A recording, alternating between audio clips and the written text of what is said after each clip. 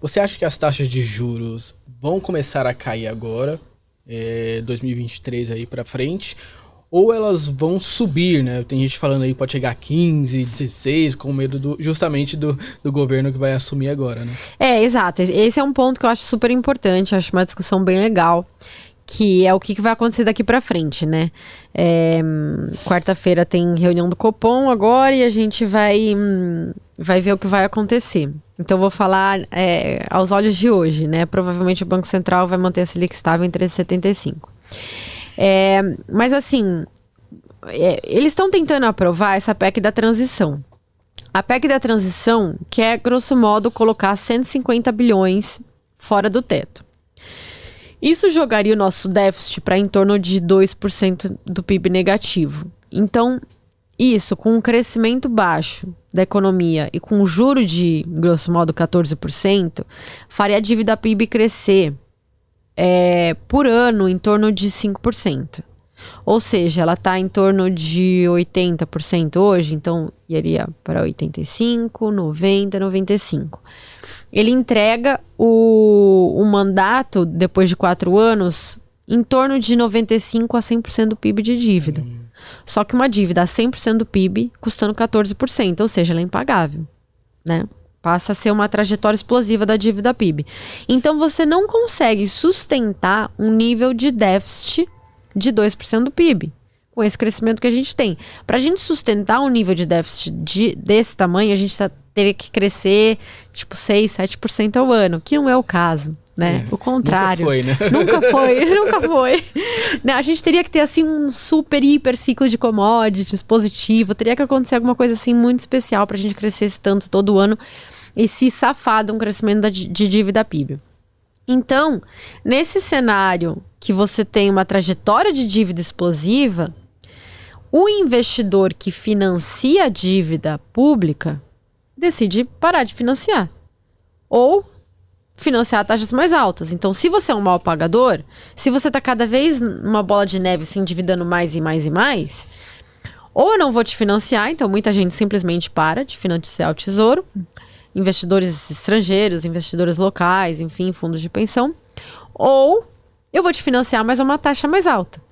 Então, você pega antes das eleições, uma taxa de juro de 5 anos estava em torno de 11, 11,5%. Aí depois das eleições, depois da PEC, do anúncio da PEC da transição, subiu para 14%. Então, assim, os investidores estão falando assim, ó, você quer gastar isso? Você vai entrar numa trajetória de dívida explosiva, e a sua taxa de juros tem que ser mais alta. E neste caso, é possível que, se você tem um risco maior, você tem uma desvalorização cambial, né? O câmbio, vamos supor, sobe para 5,5, 6, 6,5. E num cenário desse, essa desvalorização cambial aumenta a inflação, obrigando o Banco Central a ter que subir mais a taxa de juro. Então você entra num ciclo vicioso, né? De aumento do risco, aumento da desvalorização cambial, aumento da inflação, aumento da taxa de juros, aumento do risco, desvalorização cambial, entendeu? Que era o risco que a gente estava em 2015, 2016, antes da Dilma sofrer o impeachment, né? A trajetória da dívida estava explosiva, as taxas de juros subindo, o câmbio desvalorizando que nem um maluco e os investidores não querendo mais financiar a dívida pública, né? Até que as taxas de pré-fixado, que hoje estão 14%, chegaram a 17,5%, né? Então, assim, e o Banco Central tendo que correr atrás, subindo a Selic. Então, é possível que isso aconteça? É possível.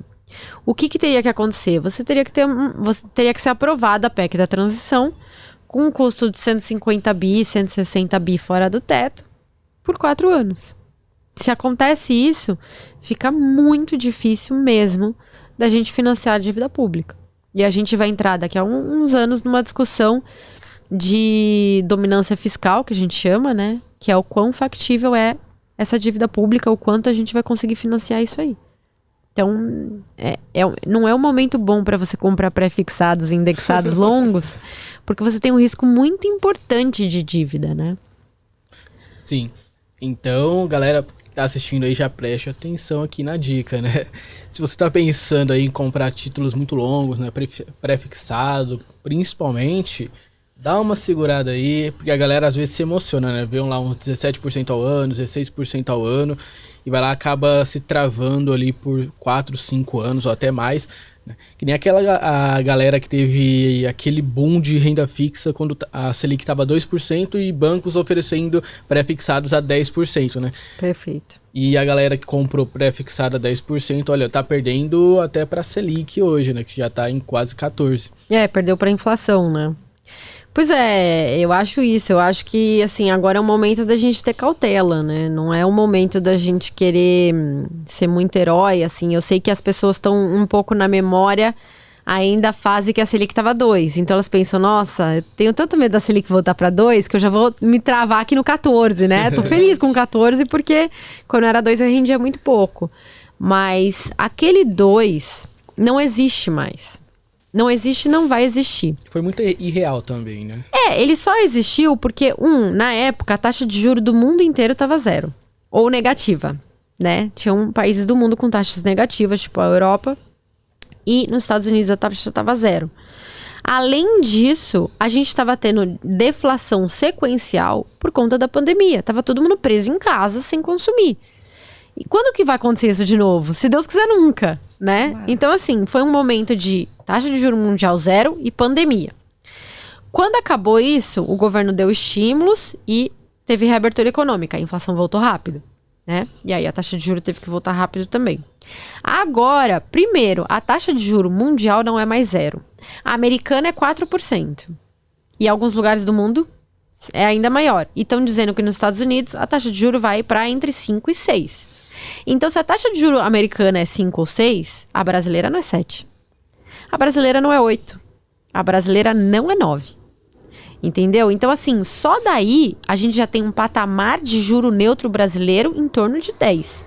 Só do fato das taxas de juros mundiais terem subido. Então, esquece taxa de juros abaixo de 10.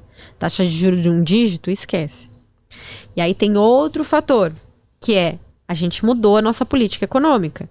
Antes a gente tinha o teto de gastos, né, que não podia gastar acima da inflação. A gente fez reforma trabalhista, a gente reduziu o papel do BNDES. Então, antes o BNDES emprestava muito dinheiro, gerava muita inflação.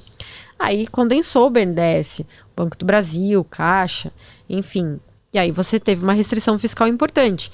Nos últimos 4 anos...